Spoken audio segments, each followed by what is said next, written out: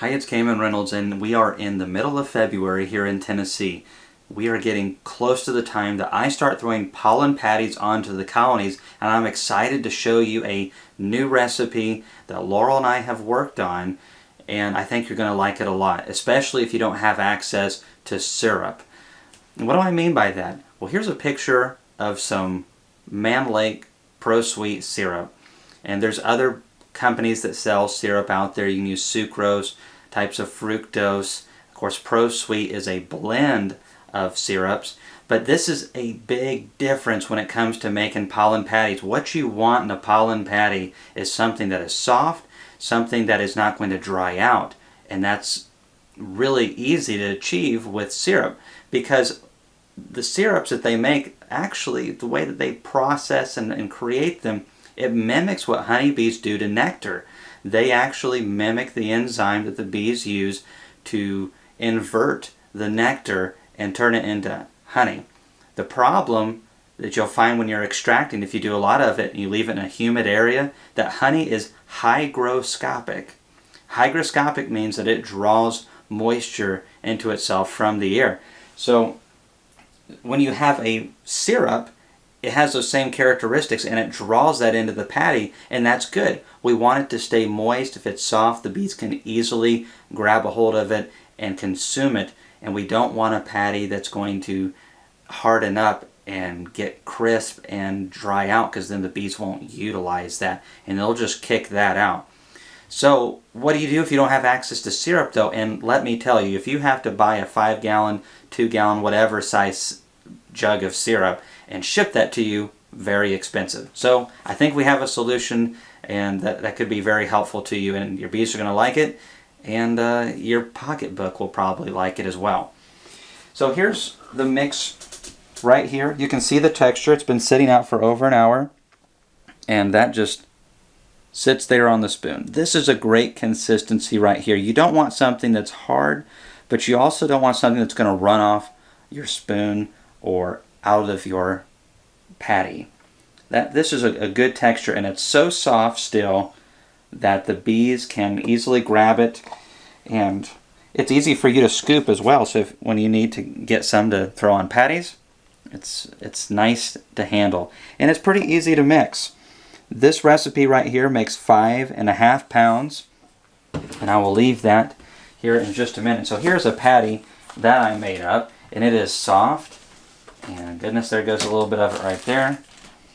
I overfilled it just a tad bit, but you can see, I'm going to squeeze this out a little bit.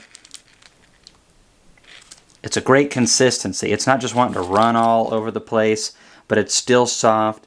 And with this parchment paper, which is what I prefer over wax paper, you can probably use wax paper too. I like to get the parchment paper from the dollar store. This is it right here. Just get it from the Dollar Tree. Very inexpensive. And then you just slice. Well, I just get a hive tool, and you just slice it like that in between the top bars of the hive, and the bees can eat that and work their way up into it. This is a wonderful consistency. Actually, I think this consistency is better than the Man Lake patties that you get, because they have to make them a lot harder and thicker so that they can stack upon one another. So this is softer, and I think the bees will eat it faster, which if you have small hive beetles, faster is better. So let's get to it right now. I'm real excited to share this recipe with you. I think it could help you out. It's very affordable. One thing to note before we get started is pure gelatin is unflavored gelatin. There is no ingredient but gelatin in that packet. We definitely don't want anything extra in there. Another thing that I wanted to mention is this is an important part of the process. Mix it in really good. In the video, I actually did not mix it as long as it should be mixed. Probably want to mix it for at least 2 to 3 minutes and make sure that gelatin soaks up some of that water and gets dispersed evenly and is not all sinking to the bottom like I had in this video, because that gelatin is really important. Gelatin makes the patty more hygroscopic. Very important to keeping these patties from drying out. How this was designed, inspired, whatever you want to call it, is the base of this, the foundation of this recipe, was actually given to me by Michael Palmer. I've had to tweak it a little bit for a couple reasons, which I'll get to. As you can see, I didn't get all of the gelatin out of there, so I had to do a thing or two that you can avoid. But Michael Palmer's recipe worked for me really well until Man Lake switched the recipe. If you look at some of my videos a couple of years ago, the patties were much lighter. They weren't near as dark. Man Lake, when they were bought out, they changed the recipe. They said it was just fine and everything works good and all that stuff, but beekeepers on the commercial level all the way down have been a little bit more than frustrated with the differences that we are seeing in patties, and it's not just that they're darker. The consumption rate to me is not as good, and the ratios of mixing have changed as well. So I had to adjust Michael Palmer's recipe, and one of the issues I had with Michael's is that it dried out, and very soon, within about, 20 or 30 minutes, the top layer would crust over, kind of like the texture of a Pop-Tart or something like that, just really crusty. And in a hive, especially if the bees weren't a large colony that ate it quickly, you would end up getting a certain degree of waste. Strong colonies didn't waste much. And that's what the oil is in the patty for. That was part of Michael's recipe, was the vegetable oil. When you have a syrup like ProSweet or something like that, you don't need vegetable oil because water just stays into it and it stays soft.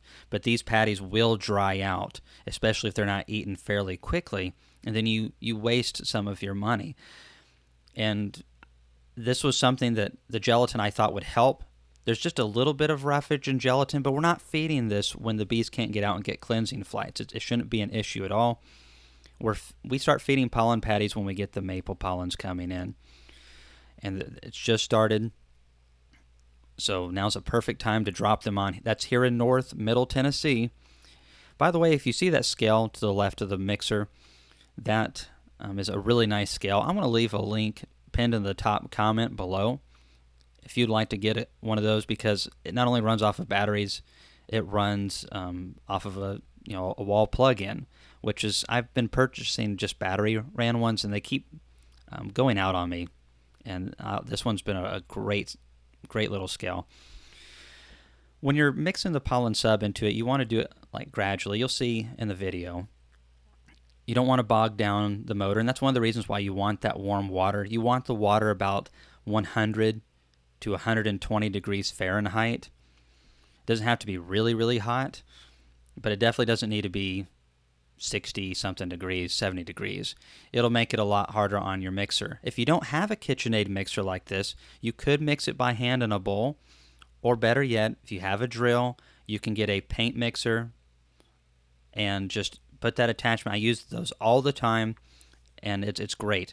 I'm actually going to leave a link for one of those below as well, so if you don't know what I'm talking about, you can look at that link and see it. Let's get to the price of the patties. With this recipe, and this is not any special bulk rates, this is buying a 50-pound bag, this is buying sugar at Walmart for this video. This is just no bulk pricing on my end. I was able to make these for under $1 a pound. So if you pay 60 cents a pound for sugar or 40 cents a pound, it's going to adjust a little for you. I think I paid 47 cents a pound for sugar, and then Ultra Bee is up quite a bit. But still, that saves a lot of money compared to if we would have purchased that 5-gallon bucket of ProSweet. I believe that's $82 shipped to your house. There's no such thing as free shipping, let me tell you. And it's heavy. It really is. It is ideal to make your patties out of syrup. So I'm going to do a new video on our current recipe with syrup, because I do buy totes of syrup each year. This is not the recipe we use on a day-to-day basis, but I wanted to make this because most people cannot get bulk pricing on syrup or have no access to syrup. That's why Michael Palmer actually came up with the recipe. Is he was just in the area that it was too expensive to get syrup to him, and that was back before I was able to get syrup. It was a monstrous help to me. It saved me a lot of money. And gelatin, I believe it's safe. There's very little roughage in it. It has protein in there and a few other things. If anything, I think it'll add a good bit to it. It's not much. You're only adding just a tiny bit to the mixture in the grand scheme of things. Here we're adding the vegetable oil. You can use canola oil, peanut oil, vegetable oil, soybean, whatever you have access to. Make sure it's nothing that is really weird, but just some type of vegetable cooking oil and something that's clean. Nothing that's like crazy raw or anything that has a lot of roughage. You don't want to get a little weird with that. But gelatin, I haven't had any issues with it. Gelatin is hygroscopic, so it brings that moisture into the patty, makes a big difference. It also makes it a little fluffier. Gelatin's kind of like stuff you see in Jello and things like that. And it makes the texture so different. Instead of having those crusty, dried out patties, we end up with patties that are soft. And it just makes a big difference, and our bees will eat it a lot faster than if we just had the regular recipe, and that's important. Even it's faster than Man Lake's recipe that you will buy. And that's because the patties are softer, and the softer they are, the faster the bees can work through them. Just again, keep in mind, different subs will give you different results. So I'm sure you can use Mega Bee or whatever brand, AP23, but you'll probably have to tweak it slightly. This recipe does make around 5.5 pounds. That's a rough estimate. It might be a little bit over that. You can obviously double or triple the recipe. I think I paid about 90 cents a pound for these, all things considered. Buying a 40-pound box of Man Lake patties right now is a little over $100 shipped to your door. So that's going to cost you, what is that, $2.50 a pound? So this is quite a bit cheaper. And I would argue the bees will like it more. I think they will.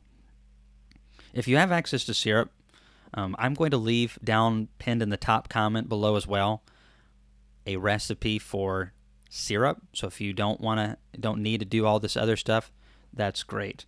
But if you need it, you'll have it. I think I've covered just about everything I needed to on the behind the scenes here. The patty texture is good. Once the temperature of the mix cools down a little bit more, it will thicken up just a little bit. It takes probably about half an hour to get it the consistency that it'll end up being. But again, having it a little bit hotter, it definitely helps the mixing a lot because you can burn up a KitchenAid mixer. I actually had a beekeeping buddy who burned up his wife's KitchenAid mixer. It was not a good day. Thanks for watching this video. If you have any questions about this, suggestions, or anything like that, leave them below. And stay tuned for more tips on how to feed your bees. We're going to be feeding bees soon. And, spring's almost here for Tennesseans. It's exciting. See you next time.